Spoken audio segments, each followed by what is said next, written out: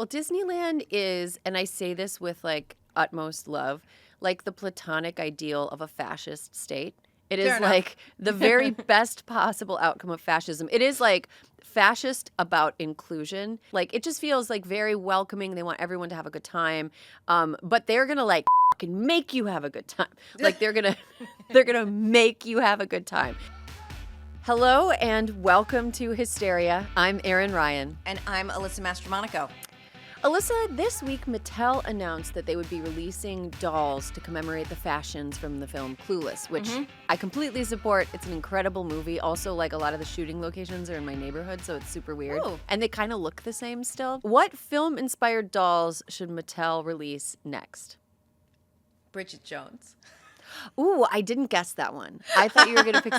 So my pick is Heather's. I think they should do Heather's. Oh, dolls. Heather's would be incredible. Yeah, especially like if they had some sort of mechanism where you could make it look like Winona Ryder, the Winona Ryder doll's head with the poking out of the croquet thing. Anyway, I think I would buy those. Well, there's a lot of dark stuff in the news, obviously. Like, and also like the Epstein story is a dark story, but I think we know a lot of the real dark stuff in the story. So the story now is not what's in the files; it's what's being done with the files, and that there actually are files, and that there actually are files, and that people are freaking out over what is or what isn't inside, and who is and is not allowed to see it. So, like, yeah, the news itself, beyond the stuff we're about to lead news with, is pretty dark, but we're trying to find joy in the chaos this week. Last week's episode was really everyone heavy. Deserves it. Everybody deserves it. Like, this is a schadenfreude heavy week, you know? Yes. And things are not going well, just generally speaking, but at least some people who truly deserve it are having a bad time. Yeah.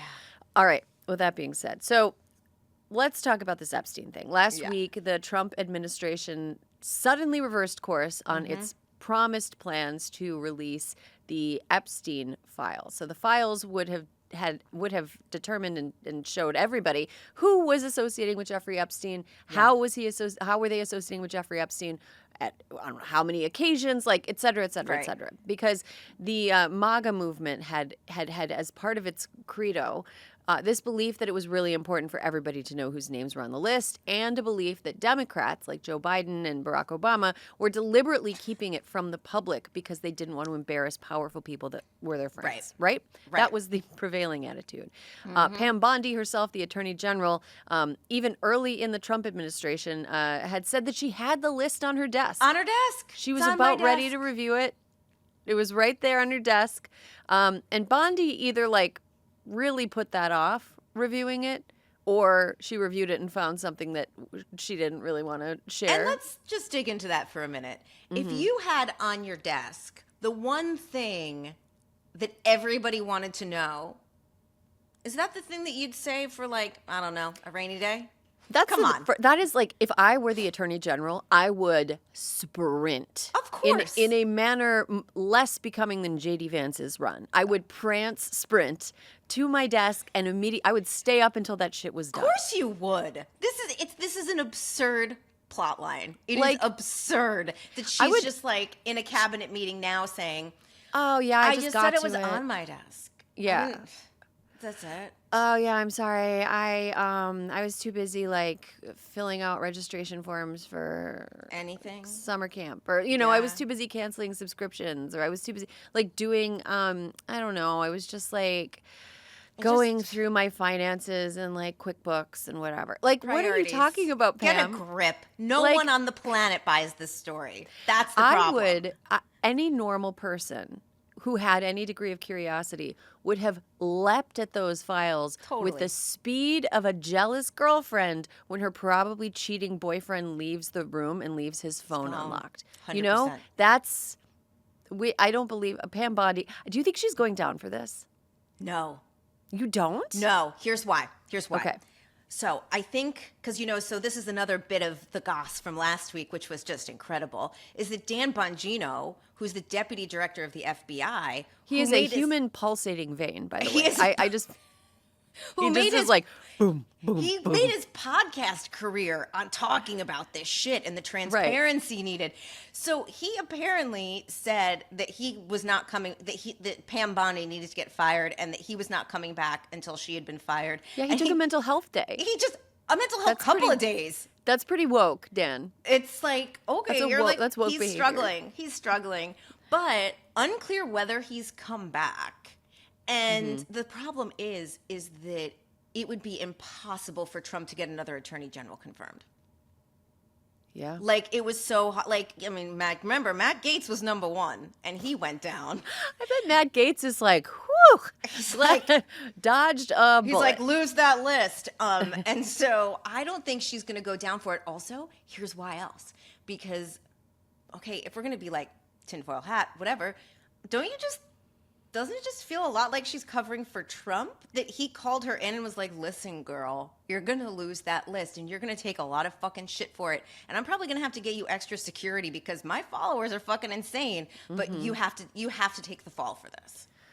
What is that phrase from a cartoon? Is it hoisted by my own petard? Hoisted by my own petard. Yeah, it is like the Trump administration it really pumped in, like roided up its craziest faction, right? Yep. They're like, we got this. We're giving it to you. This is a promise. We got it. We're going to get those Democrats. We're going to get the powerful people. It's like Liver King vibes. Yeah, and a lot of the people who voted for Trump, like the people that you would see holding up misspelled signs at a rally, yes, or like having like a MAGA, giving their dog a MAGA themed haircut or whatever. Like the most ardent Trump supporters are, I think, supporters of Trump because they like that it makes people mad that think they're better than them. Yes. Do you know what I'm saying? So like absolutely.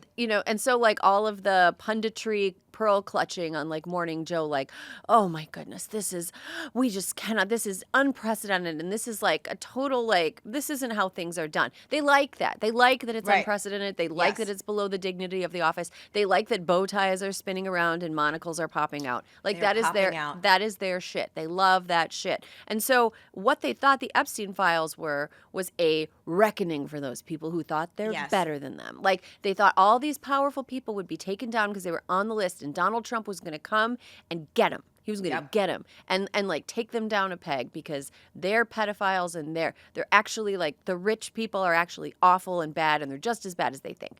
Yeah. So the fact that Trump is not going to do that, I think is like a huge not breach. Not going to do that. He's now calling supporters weaklings and saying that the Jeffrey Epstein, like you cannot go from zero to hoax with this.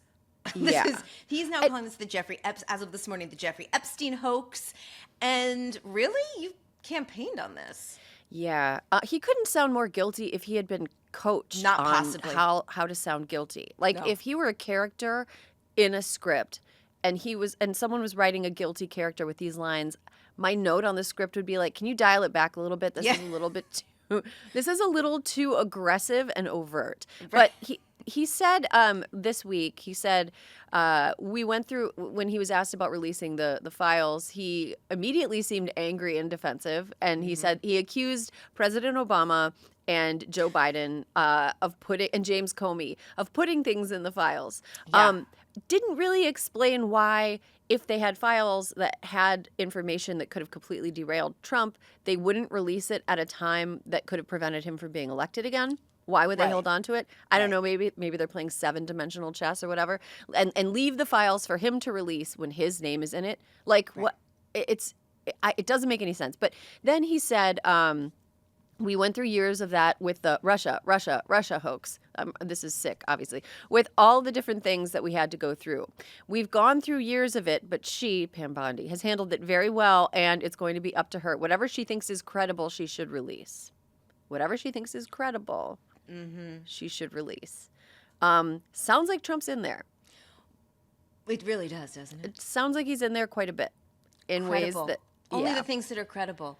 What's credible? Prince Andrew. Anything that doesn't make Donald Trump look bad. There are like 3 pictures of people smiling with Jeffrey Epstein. Donald Trump, many pictures. Prince Andrew, we think the Queen definitely thought that there was some bad stuff going on there. And Bill Clinton. I'm just saying. You know what? The funny thing is, though, like the MAGA infighting over this, because the people that were promised this list and that were promised a reckoning for the people that associated with Jeffrey Epstein are furious, including Dan Bongino and even Kash Patel had done like some podcasting. Yeah, and then before. he backed up. He must have gotten his snout smacked over the weekend by Donald Trump because he was fired up and then he was suddenly quite contrite.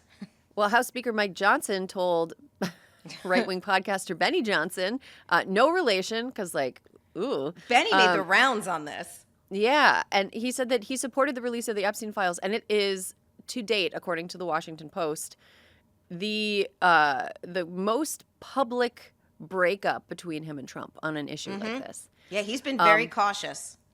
Yeah. Laura Loomer has called on Pam Bondi to step down. Look, we laugh at her because she looks like Jigsaw from the movie Saw. But she has successfully gotten people fired from the administration. Absolutely. Absolutely. I mean, old National Security Advisor Walls is testifying before Congress this week. Yeah. She's trying to loomer Pam Bondi. It is truly wild. Megyn Kelly is pissed. I think Charlie Kirk. Megyn Kelly's pissed. Not only that, here was a fascinating exchange. News Nation, of all places, Bill O'Reilly went on all torqued up and wanted to talk about this and to defend Trump. And the News Nation anchor was Googling in real time because Bill O'Reilly was saying that this all went down under Biden. And the News Nation guy was like, no, not even close. This was all under Trump. This happened. Wow. Jeffrey Epstein died by suicide under Trump, not under Biden. And Bill O'Reilly just literally went, oh, that was it. Well, you know what? That maybe he's becoming a little bit more humble in his old age, or maybe he was told by his doctor to stop spiking his blood pressure or risk imminent demise. Something else that's interesting is the more that the Epstein tape, which the government released quote unquote raw footage from. Oh yeah, this is good. The government released quote unquote raw footage from the outside of Epstein's cell in the 24 hours that he that contained his death, right? Mm-hmm. But analysts and a Wired article said, actually, there's a minute missing. Pam Bondi explained it by being it was the most convoluted explanation I've ever heard, where it was what? None of that makes you don't even. None of it makes You're just sense. making this. Every word that she said is a surprise to her as she's saying it. She's just they every night they make a new tape and this is old, so a minute is gone every day. It's normal. It was what are you talking about? And then anyway, a further analysis revealed that it wasn't just a minute that was missing. It was 2 minutes and 35 seconds or something like that. It's 2.5 minutes. 2.5 minutes, which is enough time for someone who's good at doing murder to go in and do a quick murder. Totally. They also found that the footage wasn't raw. It had been transferred and spliced together using editing software. It doesn't necessarily mean the footage itself was edited, but it was transferred in pieces using editing software. So it could have been edited. It was not raw footage. We don't know. They're just lying left and right. And the thing is I feel these are the QAnon set are love to quote unquote do their own research, right? Mm-hmm. And if there is this sort of information out there, the tape there's missing footage, it was transferred using editing software.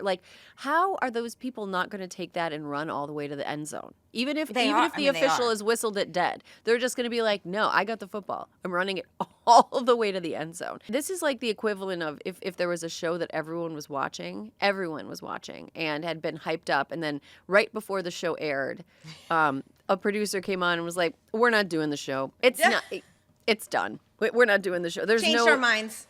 Yeah, exactly. And Donald Trump, who I think mentally is more a reality show producer than a politician or a businessman, he should understand that. He should understand the choice that he's making.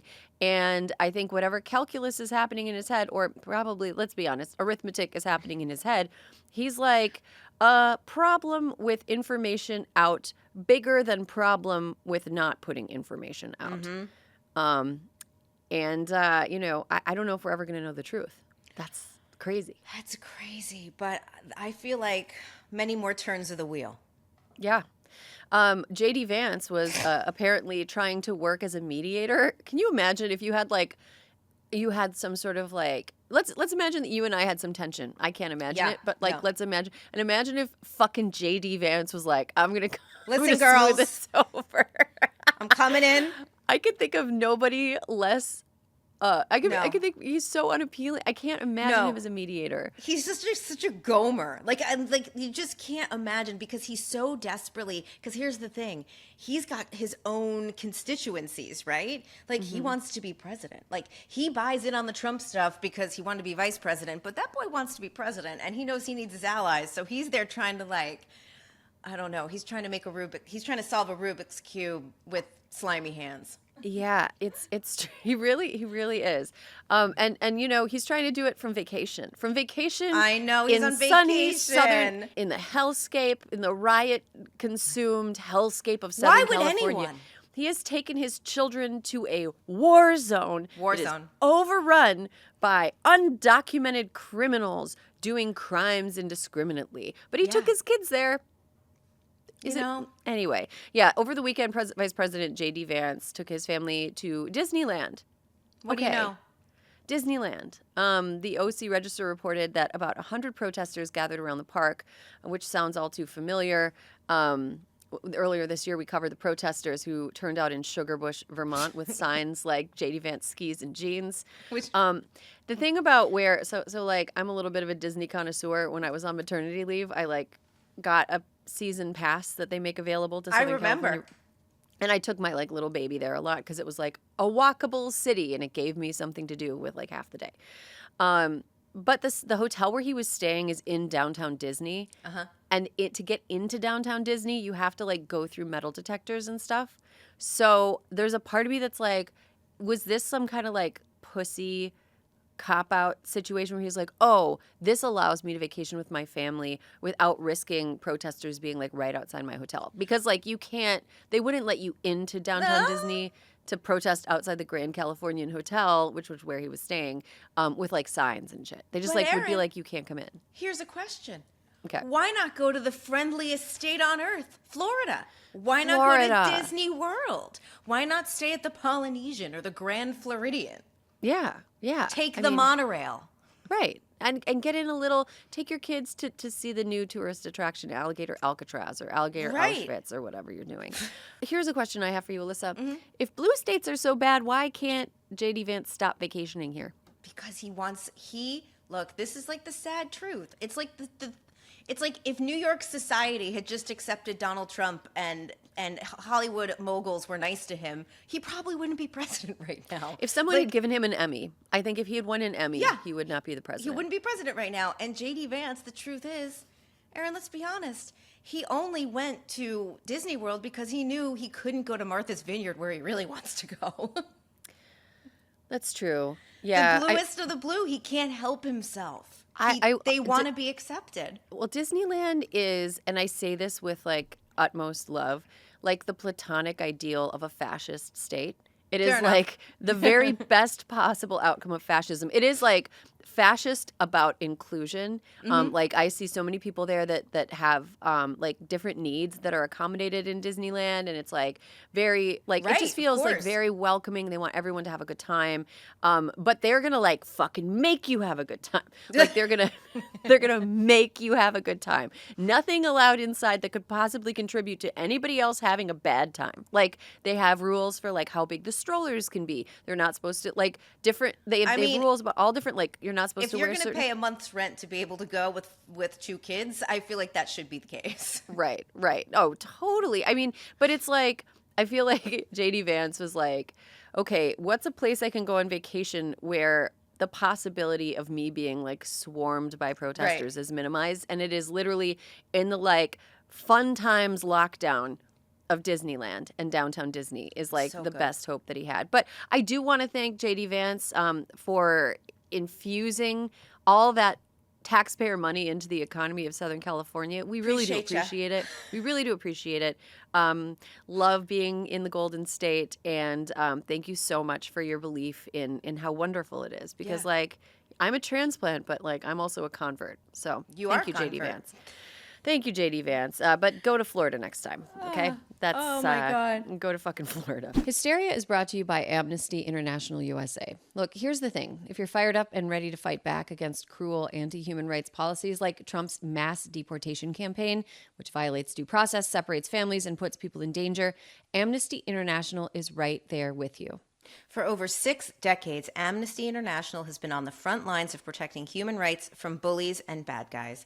Amnesty International doesn't take a dime from governments for their campaigning and research. That means they're independent and they speak truth to power no matter who's in charge. So, if you believe in truth, accountability, and not letting Trump-style cruelty slide, head to amnestyusa.org/help. Your donation is tax deductible, and right now it'll be triple matched. That's amnestyusa.org/help.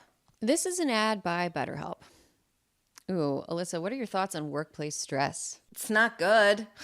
Okay, what's the most, without pointing fingers or making anyone feel bad, have you ever had a job that stressed you out so much that you were like, my mental health is on the brink? Absolutely. What did you do about it? I quit.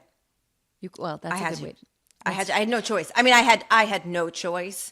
I had to be medicated 7 ways to Sunday to deal with the stress that this place was giving me.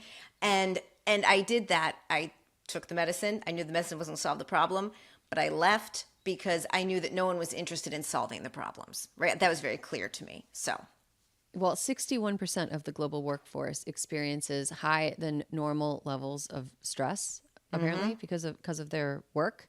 To battle stress, most of us can't just wave goodbye to work. Like, I couldn't quit my most stressful job because I needed it to live, right? Right. But we can start small with a focus on wellness. Actually, the last like horrible, stressful time in my job, I had a therapist that I talked to. Didn't fix the problem, but fixed my feelings about the problem. There you go. You know what I mean? And like sometimes that's all you really can do is just fix the way that you're processing what is happening and understand that you can't necessarily fix the thing itself. Well, BetterHelp is a great option if you're experiencing work-related stress and you would like to be connected with a therapist in order to develop that skill set as well. With over 30,000 therapists, BetterHelp is the world's largest online therapy platform, having served over 5 million people globally. And it works with an App Store rating of 4.9 out of 5 based over 1.7 million client reviews. It's convenient too. You can join a session with a therapist at the click of a button, helping you fit therapy into your busy life. Plus, you can switch therapists at any time. As the largest online therapy provider in the world, BetterHelp can provide access to mental health professionals with a diverse variety of expertise. Our listeners get 10% off their first month at betterhelp.com/hysteriapod. That's better, HELP.com/hysteriapod. You are listening to Hysteria, the podcast that will high-five any woman who leaves her Republican husband. If you are a woman who has left your Republican husband, you see me out in public, I don't care where I am or what I'm doing, you tell me, Erin, I left my Republican husband, and I will give you a high five. And if we're in an establishment where drinks are for sale, I will purchase you a drink. This goes especially for Angela Paxton, the wife of Texas Attorney General and subject of a Early This Fucking Guy episode, which you can watch on YouTube if you want. Ken Paxton. Angela is leaving Ken Paxton, announced this past week. Angela is leaving Ken Paxton for, quote unquote, biblical reasons. Now, if people watching this probably are like passingly familiar with Ken Paxton, but in case you're not, he is more crooked than a barrel of fish hooks. You know, he is a Bad real guy. You look at he's got resting conspiracy face. Resting fraud face. You look at him and you're like, I don't think this is a straight shooter that I'm dealing with right now. He was impeached and acquitted in the Texas Senate. His wife is a member. She did him a solid, right? She recused herself.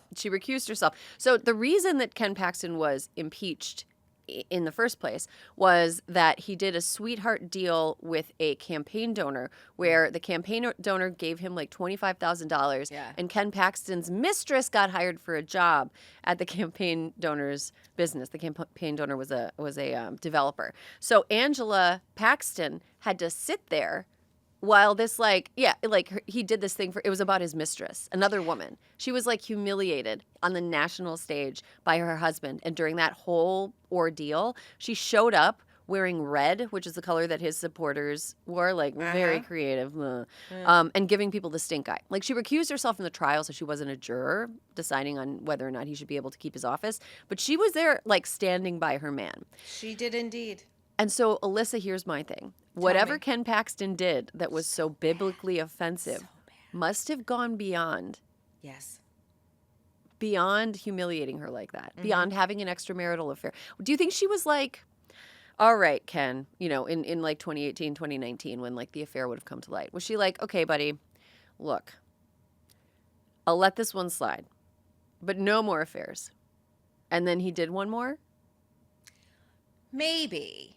I mean, Or do you think he sense. just like ate like shellfish or had like something else biblical? Do you think he laid down with another man? Was he doing like Leviticus things? All I know is something far worse than what happened in 2018 happened this time. And hopefully the files come out. I mean, like, you know, she's going to write a book at some point. I mean, she does sound like a real piece of work.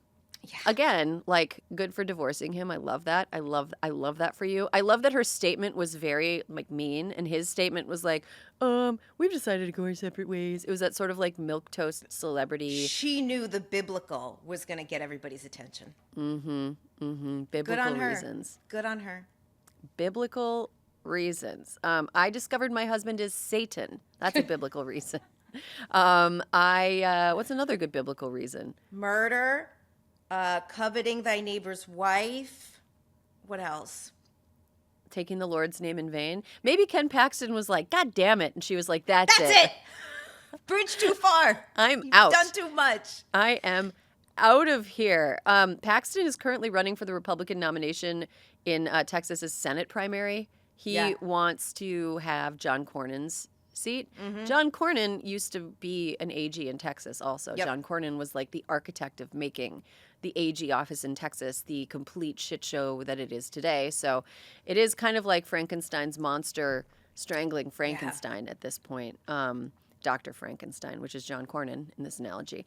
But Cornyn has outraised Paxton by $1 million. I'm going to say Cornyn is a lot more telegenic than Paxton. Much more. But I can't say that I really have any grasp on the reasoning of Texas voters. Like why? No, we can't. No, it's not like a. You keep electing Ted Cruz. I don't know what's going on with you. We've given you Beto O'Rourke. We've given you Colin Allred, okay? And you keep picking the worst among you. So we have no idea. I don't know. You know, and it's funny because I bet we're going to get a lot of messages that are like, you just don't understand Texas culture. No, I do. That's fine. Maybe we don't. There are so many Texans that the fact that so many people don't understand Texas culture apparently is on you guys. There's a lot of you. You should be telling us how to understand Texas culture. I don't get it. Start electing appealing men. Matthew McConaughey. Matthew McConaughey should run for governor of Texas. And if Matthew McConaughey can't beat Greg Abbott, then I will know something is wrong with you. Something is wrong with you. All right. I think like if Matthew McConaughey ran for office, I would probably like retract 25% of my like Texas side eye, you know? Oh, Erin, if Matthew McConaughey ran for governor, I would move to Texas. I've already got a hot governor. You do have a hot governor. I don't really need. I love him. I love him. You give me Jake Brigance from A Time to Kill. You bring me Carter from Contact. I can't get enough. I had a Matthew McConaughey jump scare the other day. I started watching Angels in the Outfield because Juniper wanted to watch a baseball movie, and Matthew McConaughey is like one of the random baseball players, and I was like, "Wow, McConaughey!" And I just yelled it without realizing what I was doing. McConaughey! I love him. My heart is flutter. Yes. Anyway, well, so send Alyssa a cowboy hat that says McConaughey on it, and she will be down there running the campaign. You heard it here first. More Texas weirdness. Greg Abbott has not been one of our This Fucking Guy subjects yet, but, you know, give us time. We've got a backlog. We've got a lot of fucking guys to get through, and Greg Abbott is one of them. Elon Musk, another fucking guy, does a lot of business in Texas, and his lobbyists have had a very successful legislative session this year. Reporters from the Texas newsroom wanted to track Musk's influence in the Capitol, so they made a FOIA request to the governor's office and his staff's emails since last fall when they wanted to get a sense of like what communication was happening between Musk and the governor's office. The governor's office charged $244.64 for the records, but then told the newsroom that the records were confidential. A spokesperson from the governor's office gave several reasons for withholding the records, including a statement saying they are, quote, of a private nature, not of public interest and potentially embarrassing. Alyssa, what do you think Greg Abbott and Elon Musk were emailing back and forth? Well, Erin, I don't understand any of this. First of all, I don't know a world in which you can just call up and be like, give me somebody's emails with somebody else. Like, that's a little far-flung. But they took through your state email address. Through a state email address. I know, so but they're public. Use your private email if you want to send private messages. I agree with that. But Okay. why would they say, and potentially embarrassing, that was language they didn't need to include? Yeah. Like, so why? They could have said they're of a private nature, not of public interest, period. So, is this an inside job? Does somebody hate either Elon or whatever these emails show, that they actually want them out? Because now they've dangled the red meat. The potentially embarrassing. No one's going to let that go. Come on. Okay. Yeah, I feel like maybe the spokesperson was like mad at the governor that day and was like, you know what, bitch, here you go. Here's a little. Do you think they're trash talking Trump? That is interesting. That's what I think. I think they're trash talking Trump in this, or they're but trying why to is like. it potentially embarrassing though? Why not just be like, well, maybe she's MAGA. Maybe the spokesperson was MAGA and she is like mad that they were shit talking Donald Trump. It's the only what's embarrassing other than getting caught. Greg Abbott, Mr. MAGA, being like, listen, Elon, we all know he's a fucking moron, but maybe he's shit talking everybody. Maybe he is. Maybe it's like maybe he's like an Andy Cohen type figure where he's just like every single person that he's allegedly friends with, like, he just sort of is like, or like not necessarily shit talking, but try to like goad Elon into shit talking. Like, don't worry, everything is safe. You can say what you feel about this person. Like, I'm not going to say anything.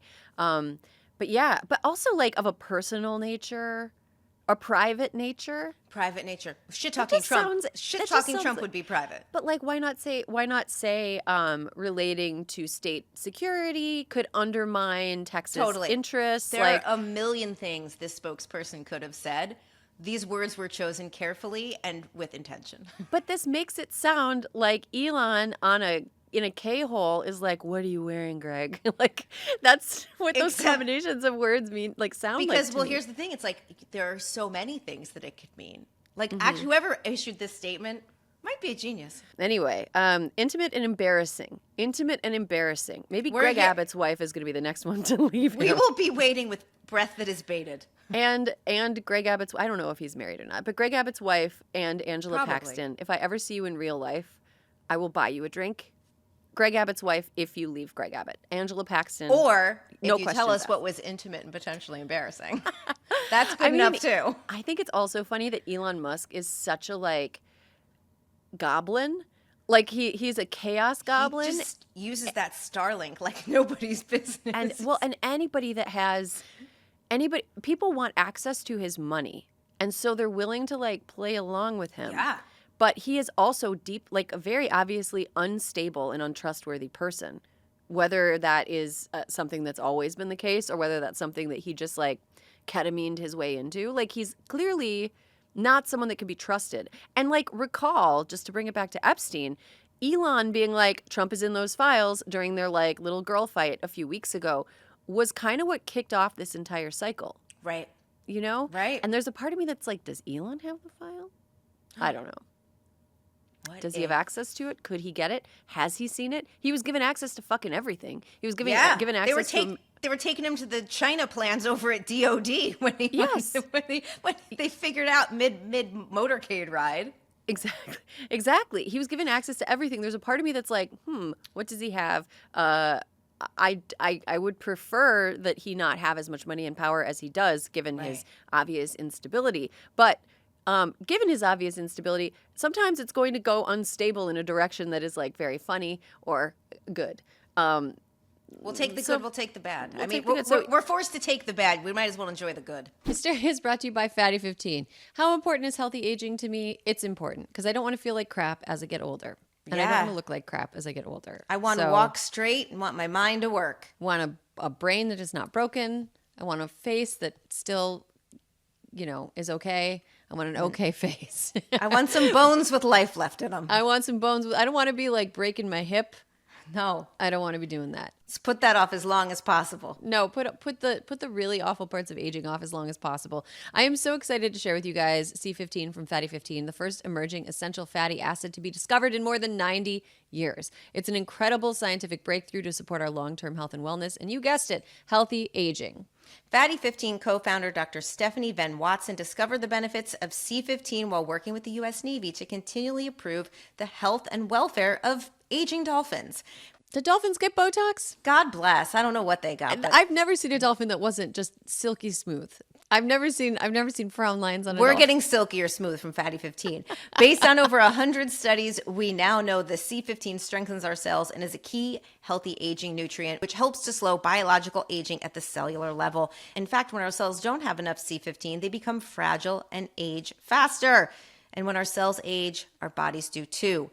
Thankfully, Fatty 15 repairs age-related damage to cells, protects them from future breakdown, and activates pathways in the body that help regulate our sleep, cognitive health, and natural repair mechanisms that support our overall health. Best of all, Fatty 15 comes in a gorgeous reusable glass or bamboo jar, and refills are shipped right to your door. You know what? I've gotten to an age where I refuse to take things that do not come in a gorgeous jar. I need a gorgeous jar. Get that ugly effing jar out of my face. Full of jars. I want a gorgeous, reusable glass and bamboo jar. Fatty 15 is on a mission to optimize your C15 levels to help support your long-term health and wellness, especially as you age. You can get an additional 15% off their 90-day subscription starter kit by going to fatty15.com/hysteria and using code hysteria at checkout. Hysteria is brought to you by Article. Erin, you have a new Article dining room table, don't you? Dining room chairs? Dining room chairs. I think they're called Meja, Meja, and they're like black. They have a black like leather cushions and like a dark walnut wood, and they're kind of like this mid-century mod inspired design. And You love a dark walnut. I love a dark walnut. Well, everything's dark walnut in my house. It's like might as well match. You don't want a bunch of different colors of wood. No, that's what I'm saying. You love a dark walnut. I love a dark walnut. But yeah, it's great. I love them. They are a great size. They actually push under the table, which my other chairs didn't do. And now that I have chairs that push under the table, I feel like I have way more space. I love it. 'Cause you do. Feel solid. Yeah. I feel like I have way more space. They're solid. They're pretty. No complaints. Right? Right. Article makes it effortless to create a stylish, long-lasting home at an unbeatable price, and they take great care in curating its collection, focusing solely on high-quality, meaningful pieces that will stand the test of time. There's no filler. Every item is chosen for its craftsmanship, design, and lasting value. You can immediately tell the difference in quality when you receive an Article piece. Article offers fast, affordable shipping across the U.S. and Canada with options for professional assembly if you prefer a hands-off experience. Have a question or need help with your design choices? Article's customer care team is available 7 days a week, offering knowledgeable support and even free interior design services to help you get your home just right. And with Article's 30-day satisfaction guarantee, you can shop with confidence knowing that if you're not completely in love with your new furniture, you can easily return it. This peace of mind ensures you can invest in your home without hesitation. Article is offering our listeners $50 off your first purchase of $100 or more. To claim, visit article.com/hysteria and the discount will be automatically applied at checkout. That's article.com/hysteria for $50 off your first purchase of $100 or more. All right, that's all the petty news we have. Yeah. But because we have to talk about some... We do have to talk. I know. I feel like refreshed. Like I feel loose. Woo! I feel like, Blood's pumping. What's that Satchel Paige quote about him like jiggling to get the juices flowing when he's made? That's how I feel. All right. So now we got to talk about some stuff that's real, that's happening in the background of all this like petty chaos. Let's talk about some of the stuff that was in the big, beautiful bill that nobody wanted, that was just rushed through Congress so that people wouldn't have a chance to realize how bad it was.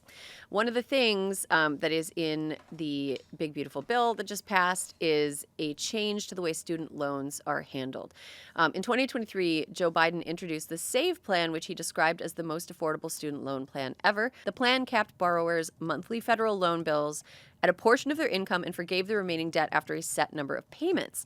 But last year, GOP-led lawsuits aimed to block the plan, and the millions of borrowers enrolled in the plan were put in forbearance and excused from making payments until the legal battle played out. Now the Trump administration has called the SAVE plan illegal, and the plan will end on August 1st. So all of the payments will need to resume. Another change that the bill is making to student loans is restrictions to how much money you can take out.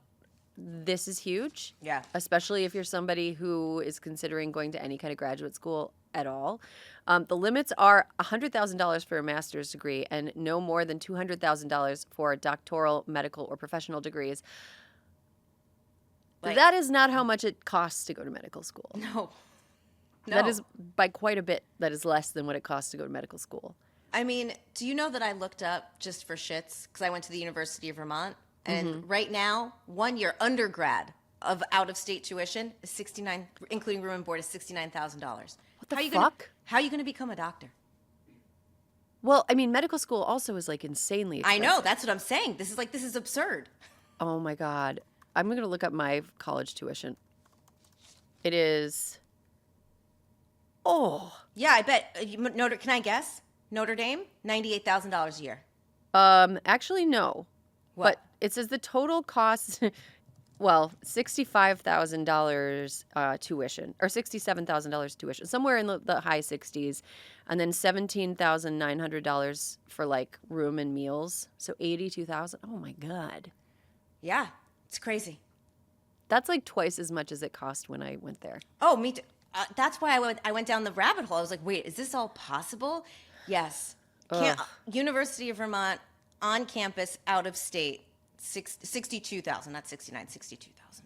That's crazy. And you know what? I'm going to tinfoil hat this, and I know that like people are probably sick of hearing me say this, but like this is another sneaky way that conservatives are trying to push women down in society. There's all of this information out there about how girls are outpacing boys in school. Yep. They're beating boys in a system designed to benefit boys. They are going to college in larger numbers than men. They are just going to grad school in larger numbers than men. I believe that like this past year, the year before was like there was a milestone of like more women going to med school than men. It's basically like women are passing up men in education. Right. Across the board, and there's no sign that any of that is going to slow down organically unless you put your finger on the scale or your thumb on the scale and make it so that it's basically impossible to afford to go to like graduate school unless you are already independently wealthy. Right. And the thing is, you already, for student loans, I found this, I actually was curious about this, so I looked it up at studentaid.gov. Interest rates are already the lowest for undergraduate, right? So for undergraduate, the interest rate is 6.39%.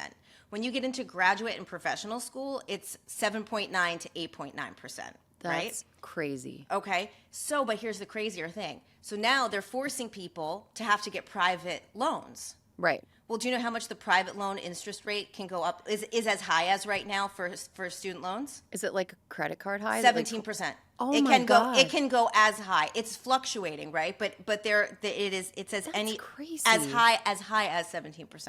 That is like creating a generation of debt slaves. It's crazy. Another thing is like, okay, we're so worried about the birth rate, blah blah blah blah. Like, people are not going to start having kids when they owe like hundreds of thousands of dollars on like, or when there are no doctors. How are you going to buy a house? How are you going to do like any of the things that are prerequisites in a lot of people's minds for having children? Like the only people that have children are going to be ones that do it by mistake. You know, like right. Why would you plan? Like, when would you feel confident to plan? It just feels so sneaky, and there are people I'm sure that are going to be shocked by this when they actually have to come face to face with it. Like, if you were thinking about going to medical school, you're not going to be able to. Yeah. Like, I mean, literally, you'll just be have turned to go down. Overseas. Yeah. Because here's the other thing, Erin. To get a private loan, you need it's your credit score. There are so many things wrapped up in it. It's so easy to turn people down. And also, how do you have good credit by the time you're 22? If your parents did the thing where they gave you your own credit card and then just like never let you use it. Which even still. But yeah, I mean, like a lot of people have parents that do that. Okay, now we need more progressives in office. Clearly, we need more progressives in office. Vote Save America is running a pilot program for the 2026 cycle to recruit you, that's you, our listeners, to run for office. Whether it's school board, city council, state legislature, or anything in between, VSA's in-state partners have identified the races that need candidates and are ready to help you run for office. This is a first-of-its-kind pilot program to recruit our audiences in Arizona, North Carolina, and Texas to run for office. I know there's a lot of you out there, and I hope you didn't turn it off when I was shit-talking Texas. What's unique about this program is it focuses on data analysis led by the Pipeline Fund to find down-ballot seats that need candidates, and then pairs in-state candidate training experts with our audience to set them up for success for running for office and winning. It's like turnkey. It's like, do it. Do it. If our listeners sign up and they don't live in pilot states, VSA will connect them with Run for Something, anyone under 40, and the National Democratic Training Committee for anyone over 40. And so far, over 1,300 people. That's amazing. Isn't that encouraging? Yes. VoteSaveAmerica.com/run. This is your sign. If you're waiting for it, this is your sign. It's your sign. VoteSaveAmerica.com/run. We have one more update. Last week, we covered the tragic flooding in Central Texas and the heartbreaking loss of campers and counselors at Camp Mystic. You know, in the first days after the flooding, there was a flurry of stories painting like heroes and who did the right thing and who did the wrong thing. One of those heroes in the immediate aftermath was camp director Dick Eastland, who passed during the flooding. Well, now it seems like the people that were in charge of the camp were maybe kind of responsible for how bad the disaster was in a way. Dick Eastland, who ran the camp, actually received a warning for life-threatening flash floods a full hour before he made the decision to evacuate the camp at 2:30 a.m. The campers and counselors had surrendered their cell phones, so none of them received the alert themselves. The alert did not have specific evacuation instructions, which would have been the responsibility of public officials, but the director still could have chosen to move faster than he did. Eastland was swept away in the river while trying to move girls safely to his truck. That didn't have to happen if he had just acted on the warning that he received. Yeah. And also, it begs the question, we know now that the weather had been forecasted to be bad for a couple days, and the forecasts were getting worse and worse. So how was there, like, to me, if I'm in charge of a camp, a couple hundred people, I feel like I have a evacuation plan ready to go that is, you know, I don't know. You don't wait till it gets this bad. And I also want to tag on that a New York Times investigation found that in 2020, the camp had the option to rebuild some of the cabins and do some refurbishment and move them to higher ground and didn't. Yeah. They got special dispensation to build in a floodplain. So that's another way that government failed. Regulations would have helped. Yep. Because these little kids would not have been literally in the way of floodwaters if camp organizers had not chosen to build within a floodplain, which they did choose to do. Also, I'm going to just say the local officials, the way that the like look on their face whenever they're asked about any of this is they have such a guilty look on their faces. It is. Well, it's gone from cavalier to guilt. I think they know. I think they know that that blood's on their hands. Like blood is literally on their hands. As soon as they want to, man up and take responsibility for what they've done, I think that would be a great thing for all the families who are probably just want to know what really happened and move on. And the part that I find so reprehensible too is how they keep trying to just lift up the stories of these heroes. And there were a lot of heroes, but the heroes they're lifting up are fucking 19-year-old girls who are never going to unhear and unsee the things that they had to do. Like it makes me sick to my stomach that they're like, well, here's so-and-so and she was a hero. Yeah, she was a hero. And she will never be fucking okay.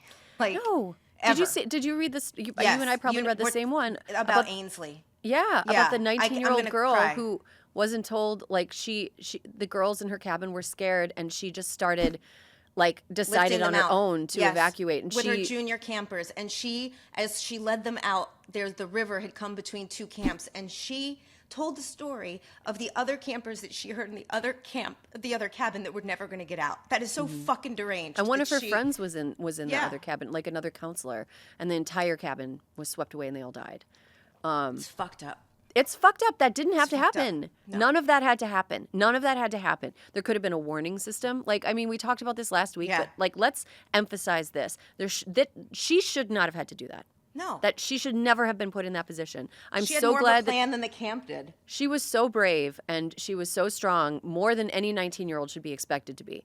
But she shouldn't have had to do that. And the reason she had to do that was because of a massive domino-like failure of all of the adults that should have made sure that they were safe. Yep. Should have made sure she was safe. Like, you can't prevent flooding, you can't prevent the rain, whatever, but like, you can be realistic about having a plan to be safe when it does happen. Right. And people were not. People were living in their fucking fantasy land. And yeah. And Ted Cruz was in Greece.